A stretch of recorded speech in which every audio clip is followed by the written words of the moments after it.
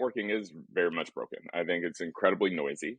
There's so many different platforms, so many different pings, so many different outreach of people just really trying to connect with as many people as possible without any sort of authentic reason to be connecting. It's become very transactional and very inauthentic. And I think ultimately lacking of personalization, right? I can't tell you how many people have reached out to me just to connect without even knowing anything about what I invest in, who I am, what my background is, or what that common ground is.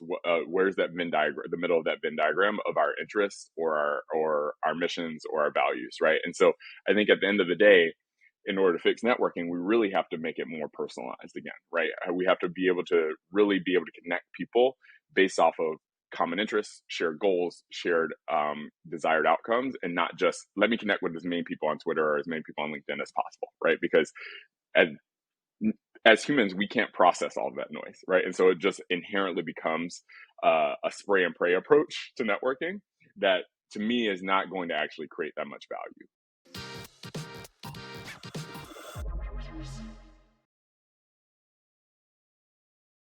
What I build and what I've been building with my fund is really how do we create access to what I call the social, intellectual, and financial capital for folks, regardless of their proximity to Silicon Valley. And so I've always said you shouldn't have to live in Silicon Valley or live in Palo Alto and go to Stanford to get access to capital or get access to resources to start your dream and start your businesses. And so my fund is really about eliminating those proximity biases and how do we connect people regardless of where they're located to the resources that they need to really be successful. My whole philosophy is about paying it forward. And so I think it's really about how do you pay it forward and invest in a network, because the more you invest in a network now, the more valuable that network is to you later. And so for me, I go into every conversation, I go into every situation, whether it's sales, whether it's business development, whether it's me just meeting new founders, or thinking, how can I be helpful? Right. And ultimately, by being helpful and being known as someone who's being helpful, my ultimate goal is to be the best supporting actor in the startup ecosystem. Right. And if that's kind of the brand that my fund and that I'm able to build within startups or just generally within the world of tech, then I know that it will come back to me in spades. I mean, I think a couple of things. Well, one, I'm generally honest and open around the things that I'm able to help people with and things I'm not able to help with. One thing I will say, I'm always very generous with my network, and so I always tell people, hey, if there's anyone I'm connected to, you see me connected to them on LinkedIn, you see me connected to them in any arena or any kind of community. I'm more than happy to send something along and say, hey, I just met with this founder.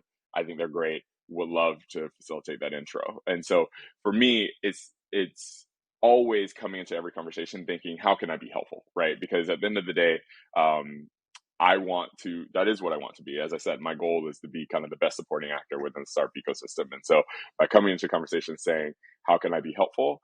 I'm able to then really get to concretely, okay, what are your problems that you're facing? What keeps you up at night right now? And what are the ways that I can help alleviate some of those kind of nightmares or things that are keeping you up as a founder or as a technologist or just as a human, right?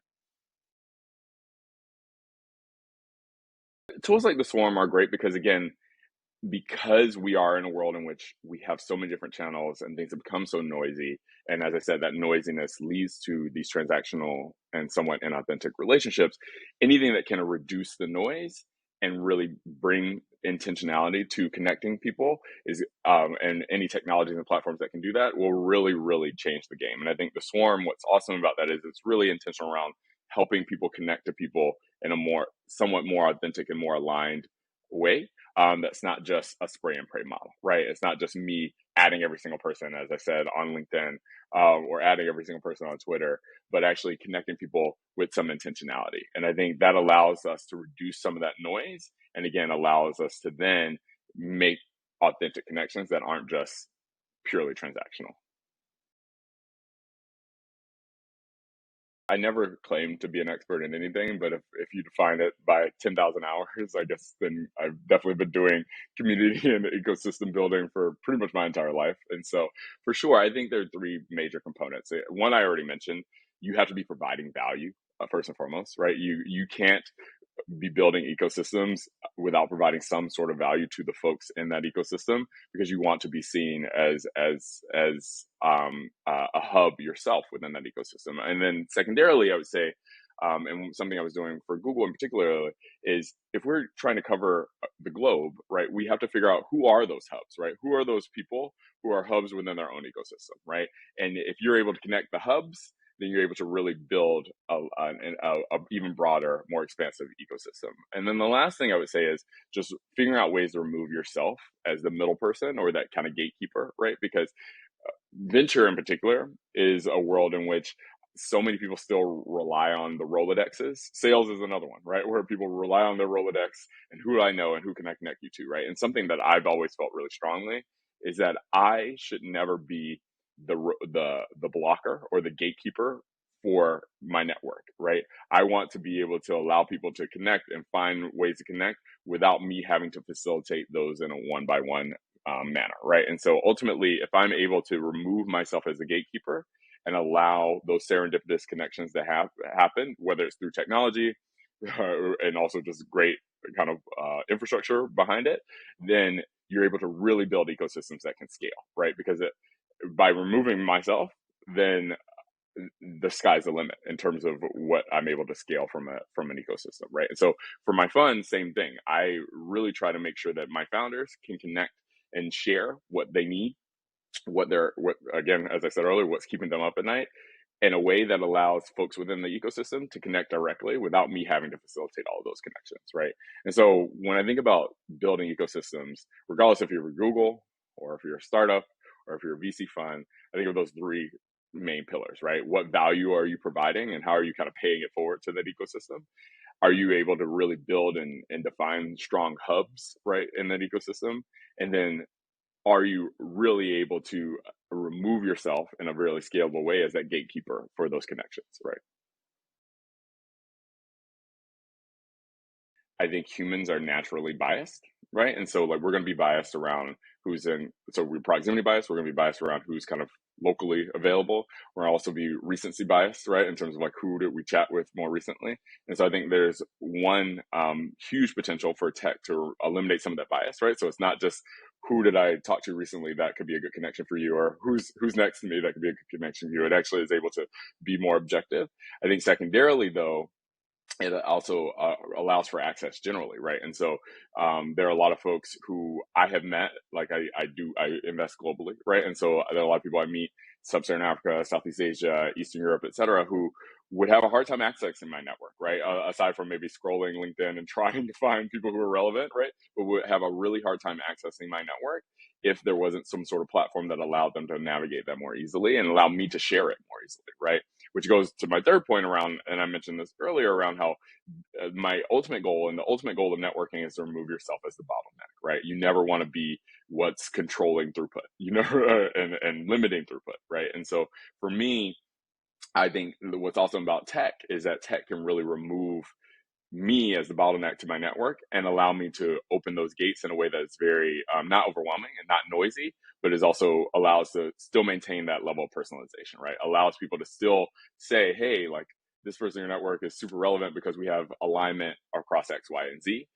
So it's not just someone, as I said earlier, just randomly scrolling my LinkedIn and saying like, here are the people, here are all the VCs that I want to connect with that you're connected to. It's like, no, here are all the VCs who are passionate about prop tech in my region, have invested in similar companies and have a similar ultimate goal, right, for the impact they're trying to have on the world, right? And so I think allowing for tech to amplify, right, our ability to make personalized connections and connections that are relevant, and kind of remove some of that purely transactional type of networking that's happened in the past, and remove some of those proximity biases and those recency biases that we're as humans just completely susceptible to.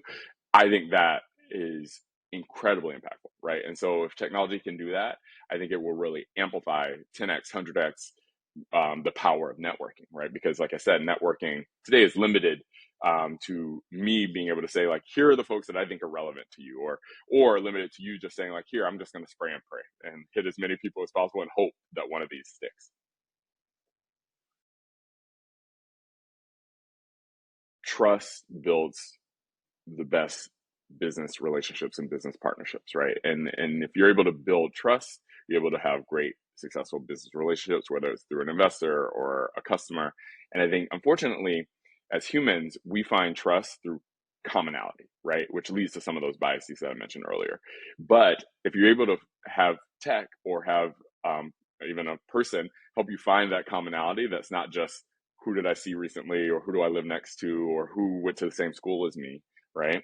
You're able to then build that trust sooner, which then leads to better business outcomes and better business relationships, right? And so I think if tech is able to really help us find those, that center of those Venn diagrams, right, that allow us to find those commonalities that allow us to build trust in our business relationships, it again removes some of that transactional nature and really creates these really strong, lasting, and successful business relationships that I think can apply to anyone, whether you're a venture capitalist, a startup, someone in a big sales org, right? And so I think part of what I love about the Swarm is that it's really allowing us to find sources of commonality that again can eliminate some of that transactional nature of what networking has become today and allow us to build trust sooner and faster.